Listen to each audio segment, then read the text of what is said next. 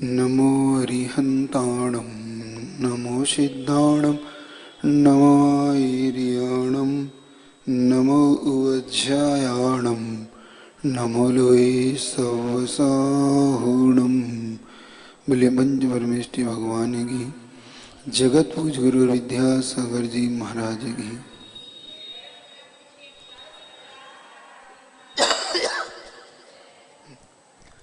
कल अपन ने तत्व के विषय में जाना था, वही तत्व के विषय में नहीं, शलाका पुरुषों के बारे में जाना था। तत्व के विषय में तो शाम को जान रहे।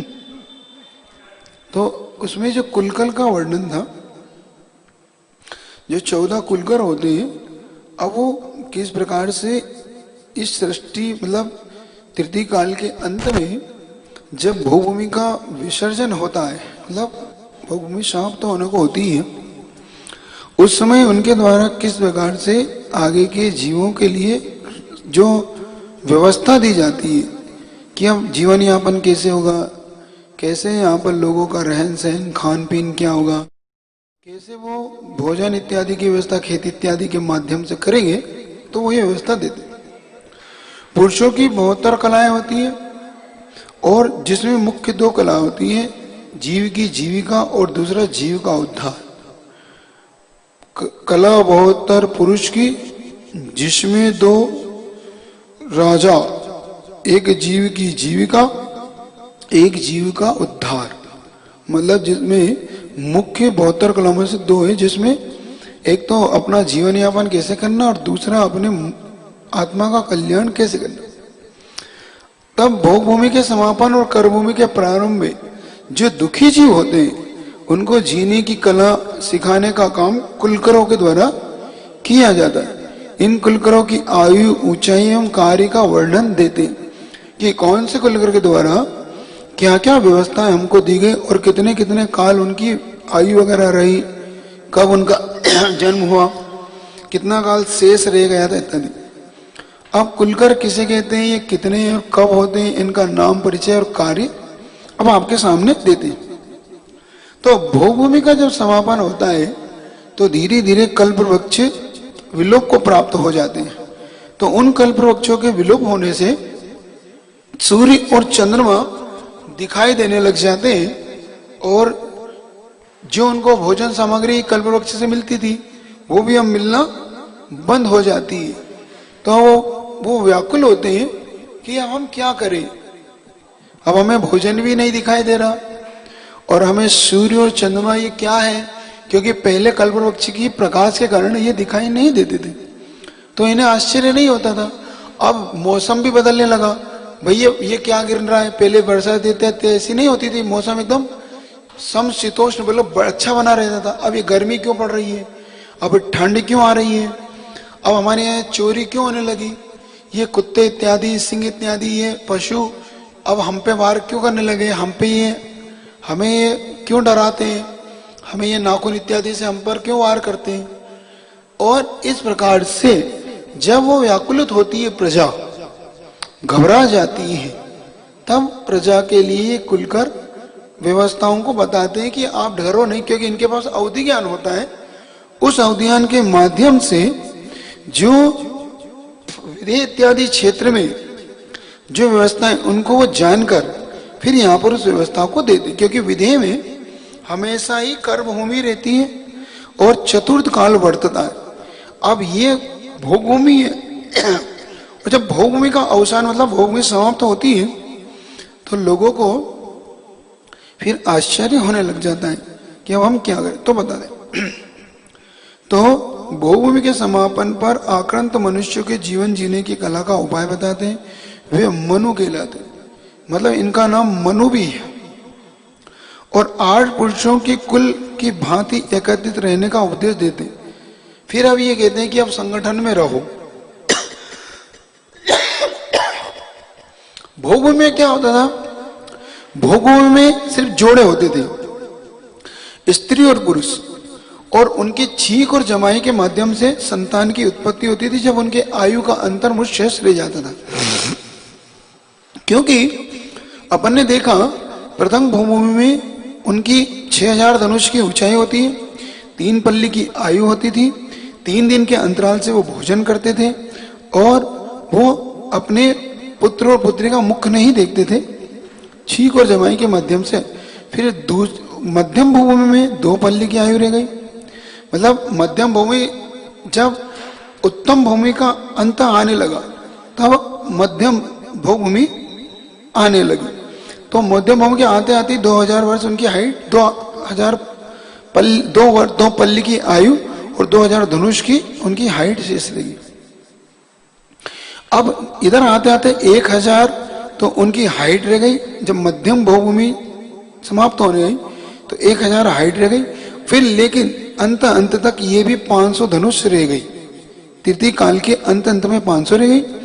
और कल्पवृक्ष से जो भोजन 10 प्रकार के कल्पवृक्ष अपने देखे थे, भोजनांग, वस्त्रांग और सब प्रकार के ना, तो ये सब तो यहां पर भी बता रहे हैं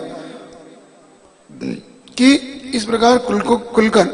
अब वहां पर कहते हैं कि एकता से रहो। पहले तो ये सब 2 ही होते थे और बहुत आपस में इनका मिलना जुलना नहीं होता, आपस में ये कोई संबंध नहीं रखते थे।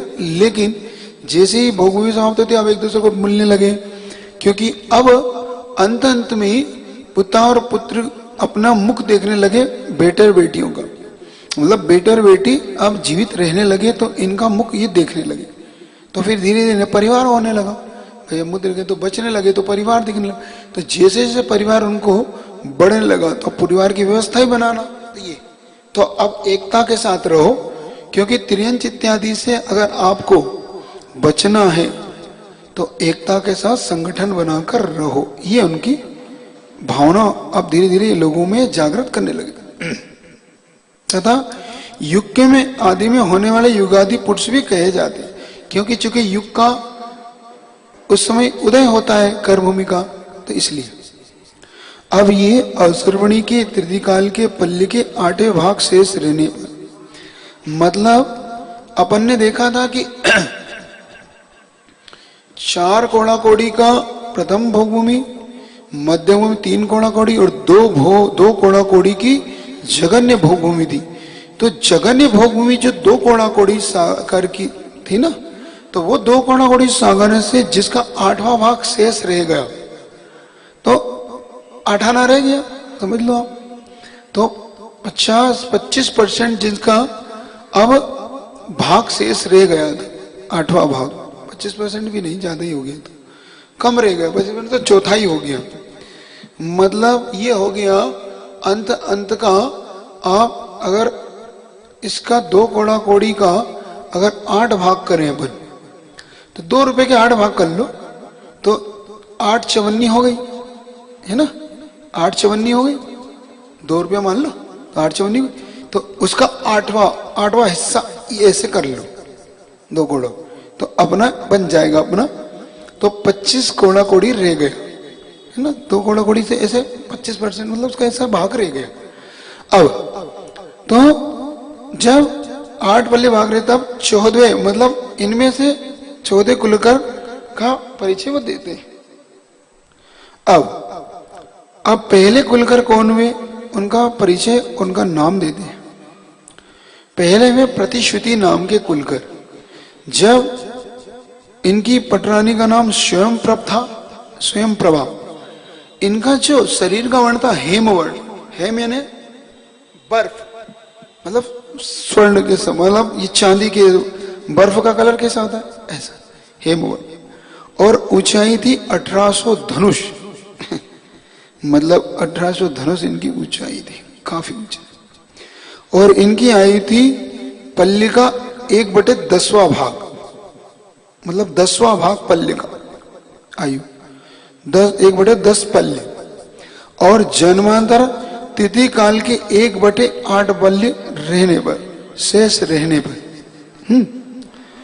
जब इनका कार्य क्या था, अश्रवणी काल के तिथि काल का पल्ले का 8वां भाग जब शेष रहने पर तेजांग कल्पवृक्ष, मतलब जिनसे तेज, जिनका तेज दिखता था, नष्ट हो जाने पर आकाश में शरद आषाढ़ पूर्णिमा के दिन सूर्य चंद्रमा का प्रादुर्भाव हुआ। अब देखो आषाढ़ पूर्णिमा, अब इससे जो अपन एकम बनाते हैं, कृष्ण की एकम है ना, श्रावण कृष्ण एकम। और आषाढ़ शुक्ल की अष्टमी का समाप्त होती पूर्णिमा के दिन, और वहीं से हमारा चतुर्मास स्थापित होता है। और इससे ठीक 49वें दिन हमारी अष्टानी का ये लगती है 10 लक्षण पर्व। सते 49 अपने कहा था ना कि नया वर्ष या नए अब आरंभ कैसा होता है, इसको देखो।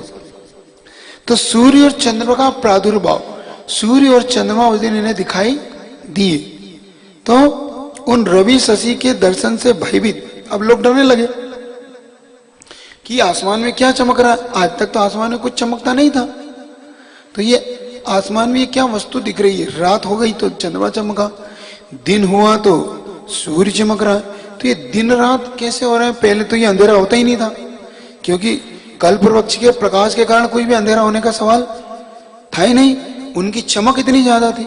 तो आज ये क्या हुआ? तो कहते ये क्या हो रहा है? तब वैविध आर्य और आर्य शीघ्र प्रतिश्रुति कुलकर के शरण में, अब वो लोग प्रतिश्रुति कुलकर के पास जाते, क्योंकि ये राजा थे उनके, इनको मुखिया मान के रहने लगे। तब प्रतिश्रुति कुलकर शीघ्र अपने बच्चों के द्वारा सूर्य चंद्र की काल आदि का स्वरूप का वर्णन करते हैं। शीघ्र अपने बच्चों के द्वारा क्या मतलब? अच्छा, इनके पुत्र पुत्री के द्वारा, जैसे भगवान नाभिराय, जैसे ऋषभदेव के पिता नाभिराय थे, वो भी अंतिम कुलकर थे, और उनके पुत्र हुए आदिनाथ। तो जैसे उन्होंने षटकर्म का उपदेश आदिनाथ के द्वारा दिलवाया लोगों को, ऐसे ही लगता है कि इन्होंने अपने बच्चों के द्वारा ये सब उपदेश दिलवाया कि उनसे जाके पूछ लो, वो सब बता दें। ऐसा इस प्रकार से जब उन्होंने बताया कि अब आने वाले काल में दिन रात घटित होंगे, दिन में सूर्य का उदय होगा और रात्रि में चंद्रमा का उदय होगा, इस प्रकार से प्रतिश्रुति कुलकर के द्वारा बच्चों से फिर इस प्रकार का दिन रात का वर्णन इत्यादि का स्वरूप बताकर लोगों का भय दूर किया गया, कि लोग डरे नहीं, कि आप घबराओ नहीं, आपको घबराने की जरूरत नहीं है, ये सब आपके जीवन में अब यहां पर इस तरीके से होगा। अब दूसरे कुलकर हुए शनमती। अब इनकी हाइट देखो अब घट रही है। इनकी यशस्वती नाम की इनकी पटरानी थी, मतलब रानी थी। इनका स्वर्ण के समान शरीर, मतलब कनक सोने के समान। ऊंचाई इनकी 13,000 धनुष थी। पहले की इनकी 13,000 कैसे कर दी? 1300 होगी, 1300 होना चाहिए, हाँ, या फिर वो 18,000 होना चाहिए, या फिर ये 1300 होना चाहिए। और इनकी आयु पल्ले का 100वां भाग है ना, हाँ 1300। और जन्म का अंतराल उनका 1 था, तो इनका 1/8 था, इनका 1/80 ऐसा। तो 1/80 था। अब सर्व तेजांग कल्प वृक्ष के नष्ट हो जाने पर आकाश में ग्रह तारे भी दिखने लगे। पहले सूर्य चंद्रमा दिख रहे थे, तो थोड़े बहुत जो कल्प वृक्ष बचे थे, अब वो आकाश में वो भी दिखने लगे कि उनका भी नष्ट हो गया, बिल्कुल ही तेज नष्ट हो गया। तो भयभीत लोगों को जब सनमती नाम के वहां पे कुलकर के पास गए, तो सनमती नाम के कुलकर ने फिर अपने वचनों से, अब वहां पे बच्चे नहीं होना चाहिए, अपने श्रेष्ठ वचनों से, वचनों के द्वारा ये होना चाहिए वहां पर, जिसे यहां पे है ना, अपने श्रेष्ठ वचनों से, ये बच्चा कर दिया उन्होंने, वो बच्चा नहीं होना चाहिए शब्द, वही मैं क्या बच्चों के, अपने वचनों से ये होना चाहिए यहां, बस वचनों से बच्चे हो गया हो। देखो कैसी गलती छूट जाती, पकड़ में नहीं आती। क्या कोई बात नहीं, इसको अपन नोट कर लेना आपके इसमें, तो वहां महाराज के पास अपन थोड़ा सा इसको कह देंगे, तो महाराज वहां पे सुधरा देंगे। तो वचनों के द्वारा, हे भद्रजनों, ये ग्रह और तारागण शुभ है, मतलब ये सब ज्योतिष चक्र है, इससे आप भयभीत ना हो। ये ज्योतिष लोग के द्वारा दिन और रात्रि का भेद का ज्ञान कराया जाएगा। मतलब उस समय भी थोड़ा थोड़ा प्रकाश था, तो मात्र सूर्य चंद्रमा दिखते थे, उसके प्रकाश में दिन रात का भेद नहीं था।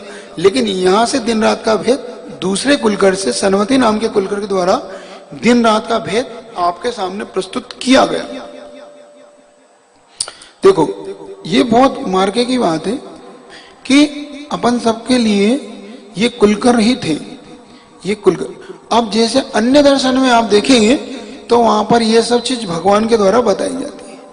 जैसे उनके यहाँ पर भाई अब कली काल आया, आपके यहाँ पंचम काल आया, तो उनके यहाँ कली काल बोलते हैं कि भाई कली काल आ गया। अब उनके यहाँ भाई पहले कहते हैं कि अभी तो अच्छा काल चल, राम राज्य जिसको बोलते ना,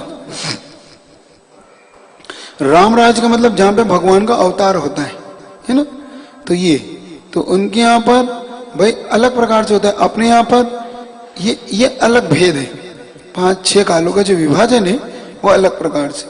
अब तीसरे क्षेमंकर नाम के कुलकर, तो प्रतिश्रुति, सनमति और तीसरे हो गए क्षेमंकर, ये याद रखना विशेष।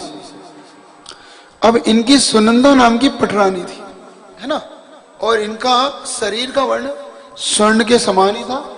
इनकी हाइट अब घटते हुए 800 रह गई, 1800, 1300 और 800। अब इनकी आयु पल्ले का हजारों भाग रह गया, देखो कैसे घट रही है। और जन्म का इनका अंतराल उनमें और इनमें कितना अंतराल आया, जब पल्ले का 800 भाग, 1/800 भाग अंतराल कर लो, किसमें, दूसरे और तीसरे कुलकर का मध्य, बीच में जो अंतर आया, इनके जन्म के बीच कितना गैप हुआ, तो इतना गैप आया। आपको समझ में आ रहा है कि नहीं आ रहा? नहीं आ रहा, थोड़ा थोड़ा आ रहा, चलो कोई बात, जितना आ रहा उतने। अब यहां पर देखो, जो यहां पर शेर इत्यादि थे, मृग हैं, अब क्रूरता आने लगी इनमें। अब यहां से तीसरे कुलकर के समय अब यहां पर क्रूरता, एक दूसरे को मारना, लोचना, काटना, भौंकना इत्यादि, शेर इत्यादि को दहाड़ना। तो जब इनके काल में मृग, शेर आदि क्रूरता को प्राप्त हुए, तब मनु ने काल दोष को जानकर बताया कि अब आप लोगों को इन्हें शीघ्र छोड़ देना चाहिए। इसका मतलब ये पास पास में रहते थे, तो इनको आप कह दिया कि अब इनको जंगल में छोड़ाओ, मतलब अपने पास मत रखो, क्योंकि ये भी क्रूर हो चुके हैं, मतलब ये किसी प्रकार से आपको नुकसान पहुंचाएंगे। पहले ये क्या आसपास घूमते थे, तो ये आसपास घूमते थे तो कोई बात नहीं थी, लेकिन जब ये लगने लगे कि हिंसक होने लगे, ये अब किसी प्रकार से आपको हानि पहुंचाएंगे, तो फिर अब इन्हें कहा भैया इनके पास या तो तुम मत रहो या अपने पास इनको मत रखो। तो फिर इनको जंगलों में छोड़ दिया गया, ये सिंह इत्यादि को, तो इनको शीघ्र छोड़ देना। तो आप लोग अब इनका विश्वास मत करना। पहले तो क्या था भाई, इनको खिलाते थे, इन पे हाथ हाथ फेर दिया, इनके साथ घूमे तो कोई दिक्कत नहीं, क्योंकि ये नुकसान नहीं पहुंचाते थे। तो कहना अब इनका विश्वास मत करना, क्योंकि अगर विश्वास करा तो ये तुम्हें अंदर शिकार बना। क्योंकि क्यों होने लगा ऐसा, क्योंकि पहले उनके व्यवस्थाएं कल्पवृक्ष इत्यादि से जो मिलता था भोजन या मिट्टी इत्यादि वहां की इतनी अच्छी थी कि उसको खा के ही पेट भर लेते थे। क्योंकि भोग भूमि की मिट्टी भी हलवे जैसी होती है। क्योंकि आप जब तिर्यंच मतलब मनुष्य को भोग भूमि देखेंगे, अथवा जैसे मनुष्य के लिए भोग भूमि होती है ना, ऐसे तिरंचों की भोग भूमि होती है, कुभोग भूमि जिसको बोलते हैं। तो उस कुभोग भूमि में ये लोग रहते हैं, तिर्यंच इत्यादि। जैसे यहाँ से जगन्य मध्यम भोग भूमि है सारे तिरंच, तो वहां इनको कुछ नहीं, यही खा पी के रहते हैं। तो ये जो तिर्यंच थे अब खाते थे, अब धीरे धीरे वो सब गड़बड़ हो गया। तब इन्होंने क्या करा, तब इन तिर्यंचों ने उस सबको अब भूख तो मिटाना है, तो इन्होंने फिर अब इनपे, इनको खाने के लिए इन पे हमला शुरू कर दिया, एक दूसरे तिर्यंच को खाना करना, इस प्रकार। तब इन्होंने यहाँ पर क्षेमंकर नाम के कुलकर ने फिर ये व्यवस्था दी कि अब इनको डंडे लाठी इत्यादि से दूर रखो, मतलब इनको डराना करना, किस प्रकार से इनसे अपना बचाव करना, किस प्रकार से इन पे विश्वास नहीं करना।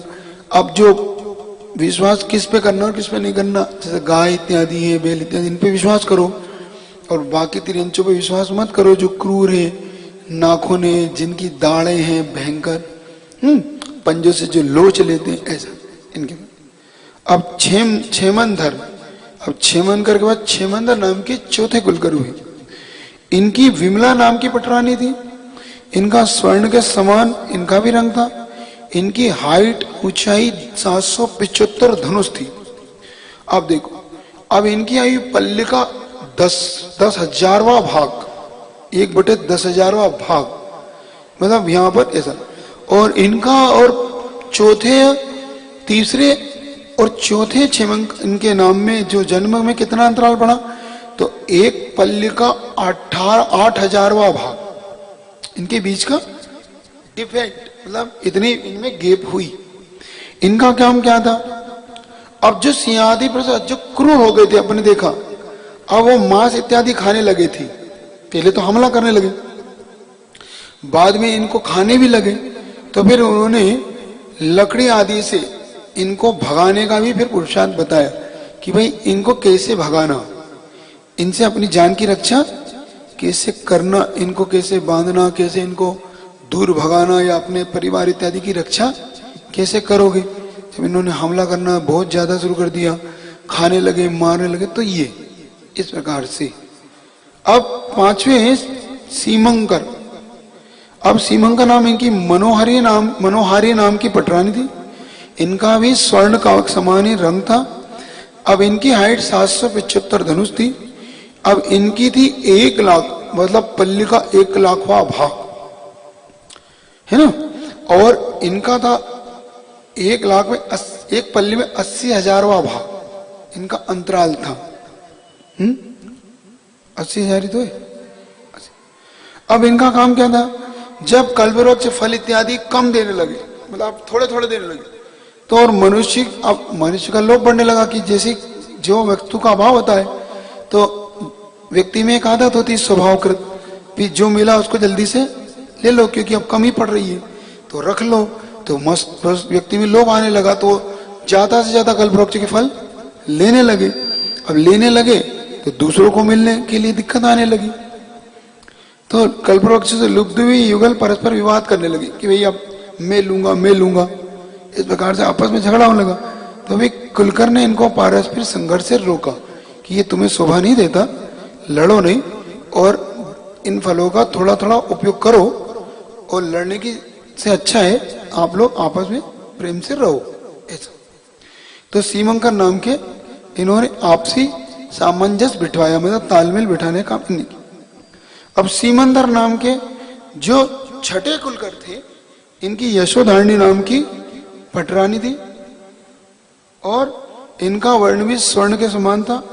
इनकी धनुष 725 धनुष। अब यहां से थोड़े थोड़ी कम हो रही, पहले बहुत ज्यादा कम हुआ, अब इनमें गैप कम हुआ।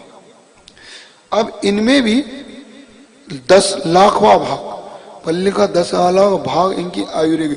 पल्ली होता भी तो बहुत है ना, अपन ने गड्ढा देखा था कितने लाख करोड़ों वर्ष। अब 1/8 लाख पल्ली इनका जन्म का अंतराल था, अभी लाखों में आने लगा। अब इनका कुलकर के समझो, कल्पवृक्ष फल इत्यादि कम रस कम फल वाले देने लगे, तो अब इनमें विवाद बहुत बढ़ने लगा। तब इन्होंने वृक्ष और पौधों के चिन्ह रूप मानकर सीमा नियत की। अब देखो, इन्होंने फिर अब तय किया कि भैया एक काम करो, लड़ो नहीं। अब जो ये कल्पवृक्ष है, मान लो 100 है, तो 5 तुम्हारे हैं, ये इतने तुम्हारे यहां तक, ये तुम्हारे हैं इतनी यहां तक। तो उन्होंने बॉर्डर बना दी कि अब इससे ज्यादा कल्पवृक्ष अब आपको ही उपयोग करना है, इन कल्पवृक्षों को दूसरा कोई ना ले। मतलब सबको बराबर हिस्से से बांट दिए गए। इनको अपने अपने कल्पवृक्षों का विभाजन इनके द्वारा कर दिया गया कि ताकि लड़ाई ना हो आपस में। ये तो लड़ाई से बचने के लिए इस प्रकार से विभाजन किया गया। देखो कैसा किस प्रकार से इनके द्वारा ये।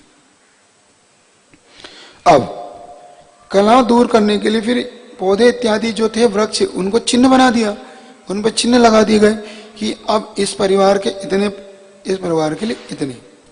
सीमा का निर्णय अर्थात स्वामित्व का विभाजन, यहां से उन कल्पवृक्षों पे उनका अधिकार होने लगा कि अब हमारा अधिकार इतना इतना रहेगा। अब विमल वाहन नाम के 7वें कुलकर, इनकी पटरानी का नाम सुमति था। इनका स्वर्ण के समान ही रंग था। इनकी 700 धनुष ऊंचाई थी। अब देखो करोड़ आ गया है, पल्ली का करोड़ों भाग इनकी आयु थी। और 1/80 लाख इनमें जन्म का अंतराल था, छठे और सातवें इनमें, है ना। इस समय गमनागमन की पीड़ा को प्राप्त भोग मनुष्य के उपदेश से हाथी आदि का सवारी का उपयोग करने लगे। अब देखो, जो हाथी इत्यादि थे उनको किस प्रकार से वश में करना, उनको किस प्रकार से सवारी के लिए तैयार करना, घोड़े हैं, हाथी हैं, बैल है इत्यादि जो थे। क्योंकि आप जब थकने लगे व्यक्ति, अब उनको भाई अब दूर दूर जाने लगा एक दूसरे से मिलने के लिए भी, अब क्योंकि अब एक दूसरे की वो निर्धारित कर दी गई कि इतनी इतनी सीमा में अब इनका इनका राज्य रहेगा या इनके इनके तरह मतलब अपना अपना मालकाने हक रहेगा। तो अब एक दूसरे के यहाँ जाएंगे कैसे, तो अब थकने लगे भाई, मिलने करने लगे। तो फिर इनकी तय कर दी गई कि एक काम करो, अब हाथी इत्यादि पे बैठो के जाओ, इनको तुम खिलाओ पिलाओ, इनकी रक्षा करो, क्योंकि इस बहाने हाथी इत्यादि की रक्षा भी होगी। क्योंकि जो सिंह इत्यादि थे वो इनको अपना शिकार बनाते थे, तो इन्हें का लालन पालन भी होगा, बैल का, हाथी का, घोड़े का, है ना, गाय का इत्यादि भाई तुम्हारे पास रखो और इनका पालन करो और इनका उपयोग ऐसे करो। तो ये अब जो लोग ये बोलते हैं कि बैल इत्यादि, हाथी इत्यादि का उपयोग नहीं करना चाहिए, जैनियों को उनको समझना चाहिए कि ये व्यवस्था कुलकरों के द्वारा दी गई थी। अब ये जो अति भारारोपण होता है ये गलत है। मान लो हाथी 4 व्यक्ति को बिठा सकता है, तो अपन 10-10 व्यक्ति उसके ऊपर बैठेंगे तो वास्तव में फिर ये गलत है। क्योंकि फिर हाथी में बैठेंगे वो 10-10 व्यक्ति, तो उनको वो फिर अंकुश लगा के मारता है, पीटता है, उसे भूखा रखता है, उसको खून निकल आता है, तो वो नहीं करना चाहिए अपने को। हाथी की अगर आपने बोली इत्यादि ले ली है तो अब आप ऐसा समझते हो कि हमारा पूरा परिवार बैठ जाए, 10-10 लोग बैठ जाओ, ये नहीं करना चाहिए। अपने लिए ये करना चाहिए कि भैया 3 या 4 हमारी जितना वजन उसके लिए सहन होता हो उतना ही, ताकि उसका जीवन यापन भी हो और हमारे लिए भी धर्म की प्रभावना हो। अन्यथा धर्म की अप्रभावना भी हो जाती है। जैसे रथ पे, पहले रथ में 2-2 हाथी से रथ चलाते थे, तो रथ पे भाई 2 हाथी कितना खींच सकते हैं, 10-5 लोग को, 15 लोग को। अब बैठ जाते हैं 50-50 लोग।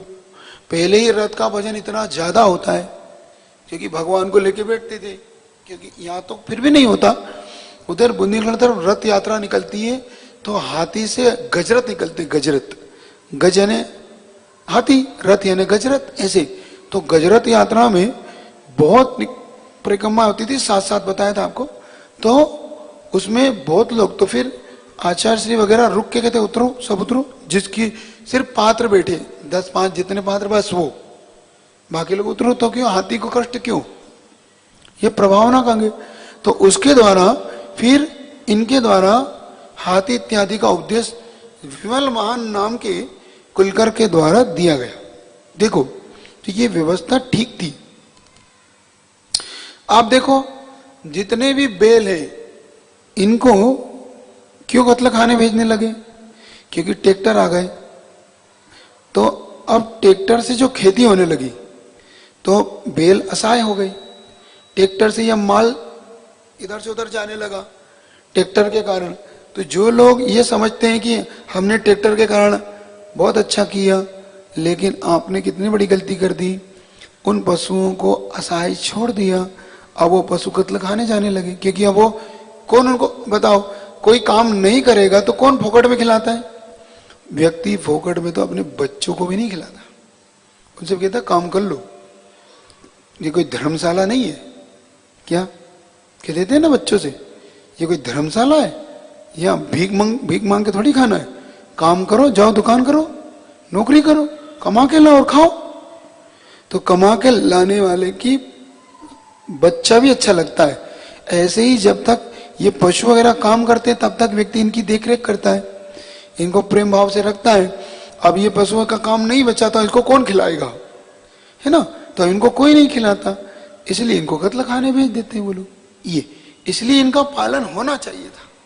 अब इसलिए कहते थे आचार्य श्री, इसलिए कहते हैं कि इनका सदुपयोग करके इनको जीवन दान दो, क्योंकि तुम इनका पालन करोगे तो सदुपयोग हुआ और सदुपयोग के माध्यम से इनको जीवन दान मिलता है। ये इसलिए तो इनके लिए पालन करना चाहिए।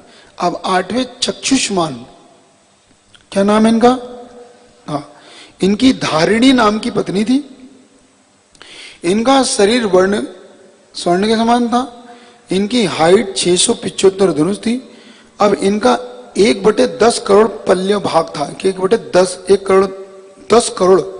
अब इनकी आयु कितनी घट गई, और फिर भी ये भी बहुत है, ये भी कम मत मानना, ये भी लाखों वर्षों की आयु है, बल्कि लाखों वर्ष से भी ज्यादा, क्योंकि अपन एक पूर्व कोटि आयु 84 लाख में 84 लाख गुणा करो, इसमें 1 करोड़ का गुणा करो, तब एक पूर्व कोटि आयु आती है।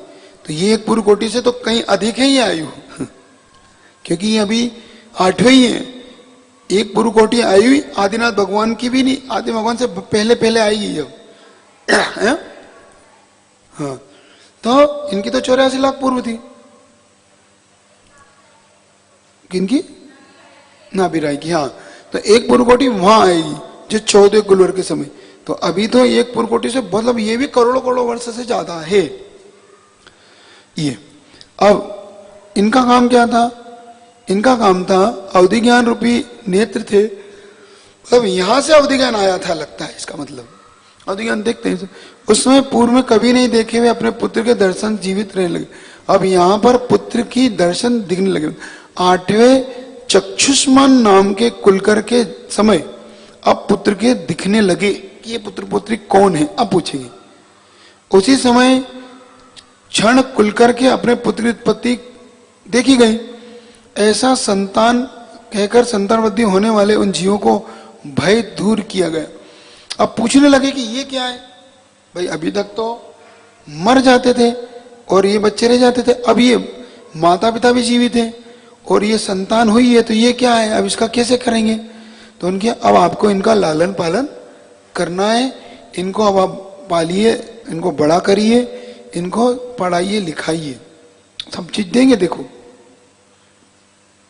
तो इन्होंने माता पिता के जब इनके दिखने लगे मुख, तो अब माता पिता भी जीवित रहने लगे। पहले तो माता पिता बिना मुख दे मर जाते थे, इनके समय मुख देख के मरने लगे।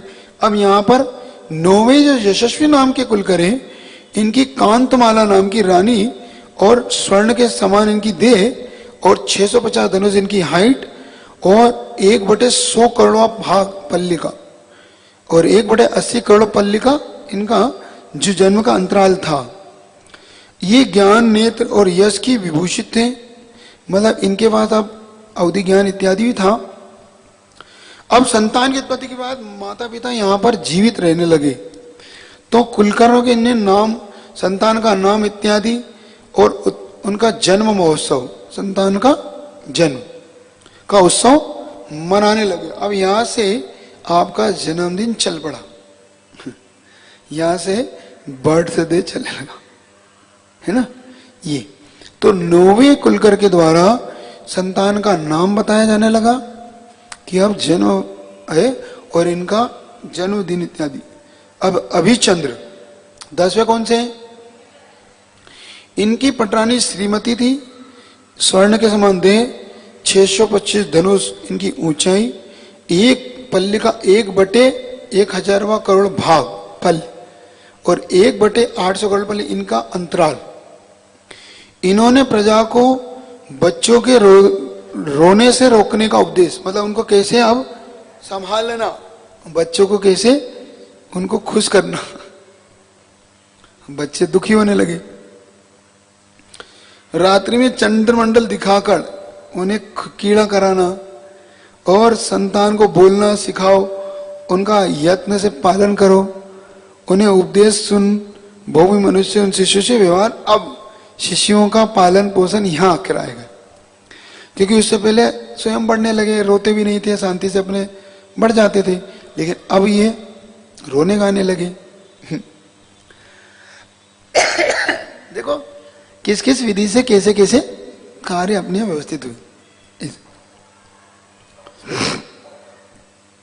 वे कुछ दिन रहकर आयु क्षीण होने पर विलीन हो जाते थे, मतलब यहाँ पर कुछ दिन उनके साथ खेलने के, उनके थोड़ा सा बड़ा करके फिर इनकी आयु क्षीण हो गई, ये विलीन, मतलब इनका शरीर कपूर की भांति उड़ जाता है। अब 11वें चंद्राब, इनकी प्रभावती नाम की रानी थी, स्वर्ण के समान देह और 600 धनुष इनकी आयु हाइट ऊंचाई, और 10,000 करोड़ पल्ली, 1/10,000 करोड़ पल्ली इनकी भाग, और 1/8,000 करोड़ इनका अंतराल। अब उस काल में शीत बढ़ गई। अब यहां पर देखो, ठंड बढ़ने लगी, तुषार छाने लगा, मतलब यहां पर अब बर्फ इत्यादि पड़ने लगी, गिरने लगी, ठंड आने लगी, अति वायु चलने लगी। अब यहां पर झंझावात इत्यादि से लोग कपकपाने लगे, आ गई ठंड।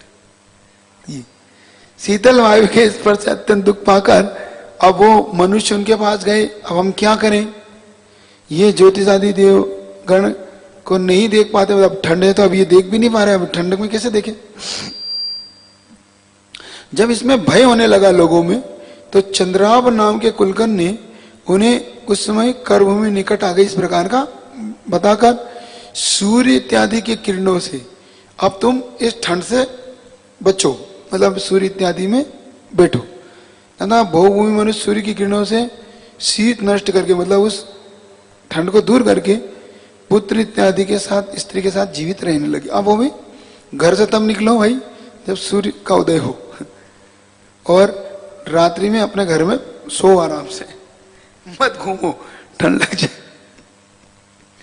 अब 12वें मरुदेव, अब मरुदेव के नाम के, अब सत्या नाम की इनकी जो रानी थी, स्वर्ण के समान इनकी काया थी, और 575 धनुष इनकी ऊंचाई थी।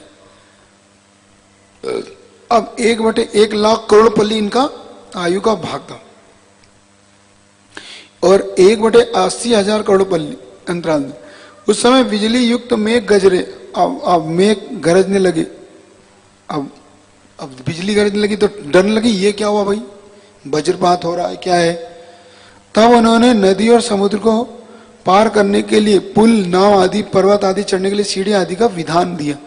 आप देखो, इन्होंने कहा भैया आप बिजली इत्यादि गरज रही है, ये सब हो रहा है, पानी इत्यादि गिरेगा, बरसेगा, तो तुम पुल बनाओ, क्योंकि पानी गिरेगा तो नाले इत्यादि भरेंगे, तो कहा कैसे निकलोगे, है ना, नदी तालाब आएंगे, तो उनलिए तुम पुल बनाओ, नाव बनाओ, इधर से पर्वत इत्यादि पे चढ़ने के लिए सीढ़ियां बनाओ। क्या, तो ये वहीं से साइंस चला है ना, ये विज्ञान वहीं से आया। अब हमें मिल गया, लेकिन वो नहीं मिला जो मिलना चाहिए था। उन्हें तो वो मिल गया जो तीर्थंकर इत्यादि मिल गया, हमें क्या मिला। फिर भी ये सुखी रहते थे, शांति से जीवन यापन करते थे, इनके अंदर अभी भी वो नहीं भाव आया, क्योंकि चोरी इत्यादि का तो अंत में आएगा, क्योंकि जब षटकर्म का उपदेश देंगे ना, असीम असी कृषि, तब आएगा यहाँ पे, तभी फिर भी शांति से रह रहे हैं लोग। ये अब 13वें प्रसेनजीत नाम के कुलकर हुए। इनकी पटरानी अमितमती थी और स्वर्ण के समान इनकी काया थी। इनकी ऊंचाई 550 धनुष थी। 1/10 लाख करोड़ पल्ली इनकी होती, और 1/8 लाख करोड़ पल्ली इनका जन्म का अंतराल। इसी समय संतानों की उत्पत्ति जरायु पटल से आवृत होने लगी। मतलब हमारे यहाँ पर जो बच्चे थे वो थैली में अब आने लगे, क्योंकि जरायु, जांडज, पोत, गर्भ के 3 है ना, गर्भ जन्म के 3 भेद, जरायु, जांडज और पोत। जरायु मतलब वो जिस पर झिल्ली जैसा कुछ आवरण होता है बच्चों के ऊपर, होता है ना। अंडज वो जो अंडे के ऊपर खोल होती है ना, उस खोल। और पोत वो होते हैं जिनके ऊपर ये खोल इत्यादि नहीं होती, जैसे हिरण के बच्चे इत्यादि होते हैं, वो बिना खोल के होते हैं और एकदम चलने लग जाते हैं जन्म से। गाय इत्यादि के बच्चों के ऊपर आप देखना पतली सी झिल्ली होती है, जब उनको जन्म होता है तो उनके ऊपर झिल्ली निकाल दी जाती है, ऐसे अपने ऊपर भी होती है। तो माँ के पेट में जब जन्म होता है तो बच्चे के ऊपर से हल्की सी झिल्ली साफ करके फिर बच्चा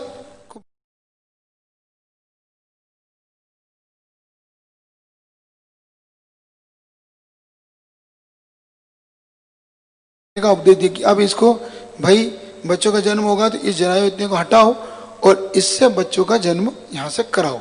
ऐसे आपके पिता अमित गति ने आपका विवाह उत्तम कन्या से विधि पूर्वक, मतलब इनके द्वारा अब यहाँ पर विवाह विधि भी होने लगी। अब लड़की देखना दिखाना शुरू होगी। देखने का मतलब अब भाई हमारी बच्ची है, हमारा बच्चा है, तो आप इनकी शादी आपस में कर लो। ये प्रथम कुलकर जो युग में उत्पन्न नहीं हुए, इसी समय युगल संतान उत्पत्ति का नियम समाप्त हुआ। मतलब अब ये बेटा और बेटी एक साथ उत्पन्न नहीं होते थे, अब अलग अलग उत्पन्न हो ले, किसी के बेटा किसी के बेटी। पहले तो वो युगल उत्पन्न होते थे, तो जो युगल उत्पन्न होते थे वही आपस में पति पत्नी इत्यादि बन के रहते थे। लेकिन आगे ये नियम समाप्त हो गया, क्योंकि फिर उत्पत्ति सिंगल सिंगल होने लगी। ऐसा इस प्रकार से अब नाभि राय, ये नाभि राय जो अंतिम कुलकर हुई, तो इनकी मरुदेवी नाम की पटरानी थी, स्वर्ण के समान काया, इनकी 525 धनुष इनकी हाइट थी, एक पूर्व कोटि की इनकी आयु थी, और 1/80 लाख करोड़ पल इनका जन्म का अंतराल था। इस काल में संतान उत्पत्ति नाभि नाल से युक्त होने लगी, मतलब नाभि का जुड़ाव मां के पेट की नाभि से होने लगा। जो नाभि होती है ना, तो एक नाल होता, नाल, तो उससे इनका भोजन इत्यादि मां का यही तो होता है, इसी तो बच्चों का विकास होता है पेट के अंदर। ये तो उस नाल को अब काटने का उपदेश इनके द्वारा दिया। तब अपने आप ने माता पिता को सुख करने के लिए नाल काटने का मतलब दे दिया कि इसकी नाल काट के कैसे बांधो। और प्रजा ने आपका नाम सार्थक नाभि राय रख दिया, यहां से आपका नाम नाभि राय रखा गया। इस प्रकार से 14 कुलकरों का वर्णन आपके सामने हुआ। अब कल इसको पूरा करके फिर आगे का विषय करेंगे। आपके 4:30 हो गए। ये कुलकरों का विषय एक बार अच्छे से देखना, मैंने आपको वैसे पढ़ा दिया, फिर भी आप इसको अच्छे देखना। कल एग्जाम आपकी होगी, है ना, कर्म और कर्म की अवस्था याद है आपको? वही भी भूल गए तो भूलो नहीं, याद करो। कर्म की और कर्म की 10 अवस्थाएं, तो आपका पेपर ऑनलाइन भी आ सकता है और वैसे भी दोनों देख लेंगे, है ना। तो दोनों प्रकार से चलिए। जिनवाणी की ज्ञान से सूझे लोगन, सो वाणी मस्तक धरु सदा दे, हे जिनवाणी भारती तो हे जबुदिन रेन जो दे। और यहाँ पर संस्कृत का मन माना है कि संस्कृत का अपन वो करें, चिद चक्री विधान, बहुत अच्छा संस्कृत का मूल विधान करने का मन है। 26 तारीख से सोचा है, क्योंकि अभी 2-3 दिन आपको बता नहीं पाई, अष्टानिका रहेगी, तो सोचा है कि अष्टानिका की कोई बात नहीं, अपन 3 दिन में आपकी तैयारी भी हो जाएगी। आज 21 हुई है, 22, 23, 24, 25, तो 4 दिन में आप लोग आपस में मन बना लेना, ताकि आपका विधान में अच्छे से आपके लिए हो जाए, ठीक है ना।